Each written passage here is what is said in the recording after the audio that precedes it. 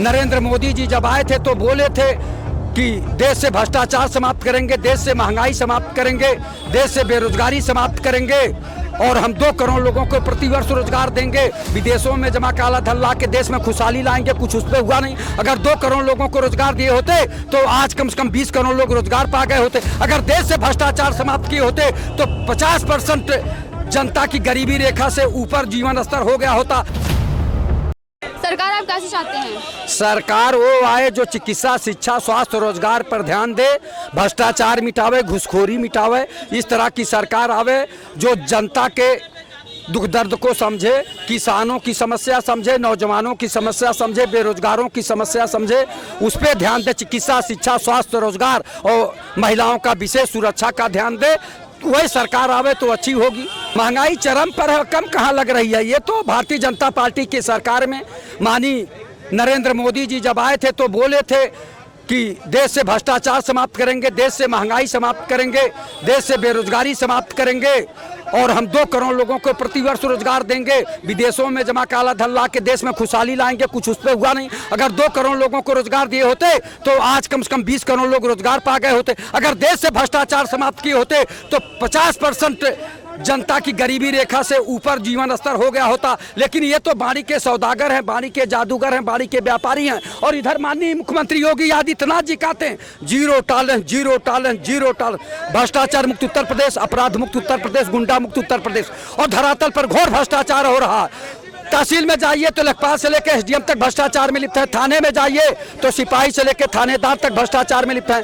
Block पे जाइए तो खंड विकास अधिकारी से लेकर ग्राम पंचायत अधिकारी तक भ्रष्टाचार में लिप्त है। दफ्तर दफ्तर भ्रष्टाचार, कौन है इसका जिम्मेदार? जिले जिले में भ्रष्टाचार, कौन है इसका जिम्मेदार? इसका माननीय मुख्यमंत्री योगी आदित्यनाथ जी जवाब क्यों नहीं देते? धरातल पर घोर भ्रष्टाचार है, घोर अपराध है और जितने भ्रष्टाचारी हैं, जितने अपराधी हैं इस समय भारतीय जनता पार्टी में है। चाहे जो है उत्तर प्रदेश में ले लीजिए और चाहे देश में ले लीजिए। यही प्रधानमंत्री जी कहा करते थे। अजीत पवार, शुभेंद्र अधिकारी, हेमंत बिश्व शर्मा लाखों हजार करोड़ का घोटाला किए हैं।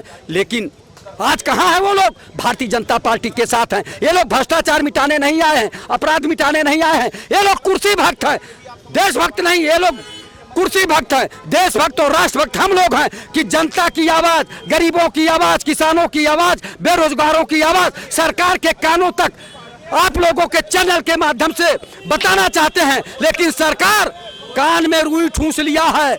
हम लोगों की गूंगी बहरी सरकार ये आदरणीय मोदी जी की सरकार और आदरणीय योगी आदित्यनाथ जी की सरकार सुनी नहीं रही है। जनता की आवाज नहीं सुनना चाहती। ये केवल जनता को गुमराह करती। कभी इन्होंने राम के नाम पे ठगा। आप बताइए, राम को मोदी जी ला रहे थे, लोग कहते थे जो राम को लाए हैं हम उनको लाएंगे। और मोदी का बड़ा आदम का और भगवान राम का छोटा उंगली पकड़ के ले आ रहे थे। बताइए, और एक यूजीसी ले आ दिए। उसी में इतना हो हल्ला हुआ कि उनका जो है उनका पुतला बनाकर और जो है जलाए भी और जूता चप्पल से पिटाई भी किए और पता नहीं तेलिया शब्द का भी प्रयोग किए। तो सोच लीजिए ये इन लोगों का कि क्या है। ये लोग जनता का ध्यान देने वाले नहीं है। मैं प्रधानमंत्री आदरणीय नरेंद्र मोदी जी से कहना चाहूंगा कि जो व्यक्ति वादा करके वादा खिलाफी करता है वो भी भ्रष्टाचार की परिधि में आता है।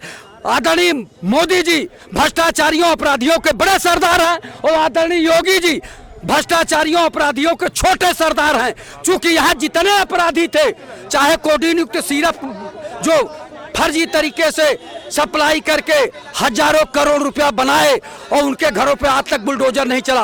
और अगर कोई गरीब होता तो अब तक तो उसके घरों पे बुलडोजर चल गया होता। उनके घरों पे क्या बुलडोजर क्यों नहीं चल रहा? क्या वो कोडीन युक्त सिरप पी के बेहोश हो गया है? बुलडोजर क्यों नहीं उधर जा रहा? तो माननीय योगी आदित्यनाथ जी, आप संत महंत मुख्यमंत्री हैं और उसके बाद भी आप समदर्शी नहीं हैं। समान दृश्य देखना चाहिए था। जब तक भ्रष्टाचार रहेगा उत्तर प्रदेश और देश में, जब तक घुसखोरी रहेगा उत्तर प्रदेश और देश में, तब तक देश का और प्रदेश का विकास नहीं होगा। भ्रष्टाचार और घुसखोरी ही देश और प्रदेश के विकास के लिए अभिशाप बना है। पहले ये बंद करें, तब उसके बाद जो है कोई बात करें।